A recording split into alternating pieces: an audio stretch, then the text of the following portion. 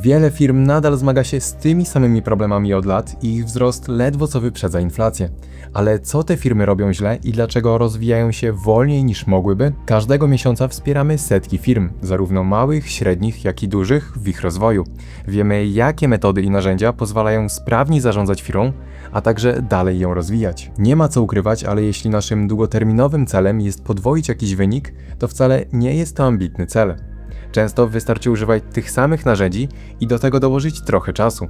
I zaraz okaże się, że jesteśmy już w połowie wyznaczonego celu. Warto zmienić sposób myślenia i zamiast myśleć o dwukrotności, to przejść na dużo większą skalę. Zamiast 2x może jednak warto wyznaczyć cel na poziomie 10x. Na pewno łatwiej będzie to zobrazować na liczbach. Dochód małej firmy to dziś 100 000, tak żeby było łatwiej liczyć. Cel 2 razy większy to 200 000. Potrzeba czasu, wzrostu inflacji, tych samych narzędzi i cel jest już osiągnięty. Natomiast jeśli wyznaczymy cel na poziomie 10x, to zaczyna się magia. Zaczyna się myślenie. Dziś roczny dochód firmy to 100 000, a cel to 1 milion. Jak to zrobić? Pojawia się pytanie. Czy mogę używać tych samych narzędzi? Czy mój aktualny model biznesowy na pewno mi na to pozwoli? Jak pozyskać aż tylu klientów? Tych pytań jest bardzo dużo, w każdej branży będą one oczywiście inne, ale jeśli znajdziemy odpowiedzi na te wszystkie pytania, to ten cel 10-krotnie większy wcale nie będzie aż taki przerażający, a co więcej, w długim terminie okaże się możliwy. Nawet jeśli uda się go zrealizować w połowie, to i tak jesteśmy dużo dalej niż ten cel na poziomie 2x. Wracając jeszcze do przykładu na liczbach, dziś firma robi 100 000, cel 2x to 200 000, cel 10x to milion, cel 10x zrealizowany w połowie to 500 000, no zdecydowanie dużo dalej niż ten cel na poziomie 2x. A to dopiero połowa tego celu. Często myślenie na dużo większą skalę pomaga, bo dochodzimy do wniosków, że musimy podjąć zupełnie inne kroki. Ale warto też pamiętać o technologii, bo to najszybciej rozwijająca się dziedzina i ona może dużo pomóc.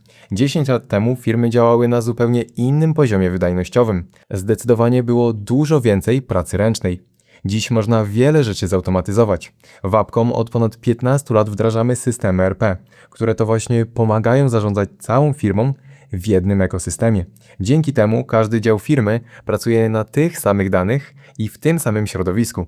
Z tego płynie bardzo dużo korzyści. Przede wszystkim osoby decyzyjne mają dostęp do tych wszystkich danych wprowadzanych przez poszczególne działy. Te dane można łączyć, analizować i finalnie podejmować lepsze decyzje. Każde wdrożenie, które przeprowadziliśmy, skutkowało oszczędnością czasu. Często nawet każdy pracownik zyskiwał kilkadziesiąt godzin miesięcznie. System ERP wprowadza porządek. Wszystkie dokumenty i dane są uporządkowane, powiązane i łatwo dostępne. Nie trzeba ich szukać w mailach czy na dyskach w chmurze. To ogromna wygoda, ale też oszczędność czasu, gdy wszystko jest w jednym systemie. System ERP to zdecydowanie podstawowe narzędzie nawet w małych firmach, nie wspomnę już o średnich i dużych firmach. To jeden z największych mitów w naszej branży, że system ERP to narzędzie tylko dla korporacji. Są również dedykowane systemy ERP dla mikrofirm używane przez 5-osobowe zespoły. Jeśli chcesz dowiedzieć się więcej o tym, jak system ERP usprawnia pracę całej firmy, to nagrałem już ponad 50 filmów w tym temacie. Stale ich przybywa i są dostępne w dedykowanej playliście, która wyświetla się tutaj.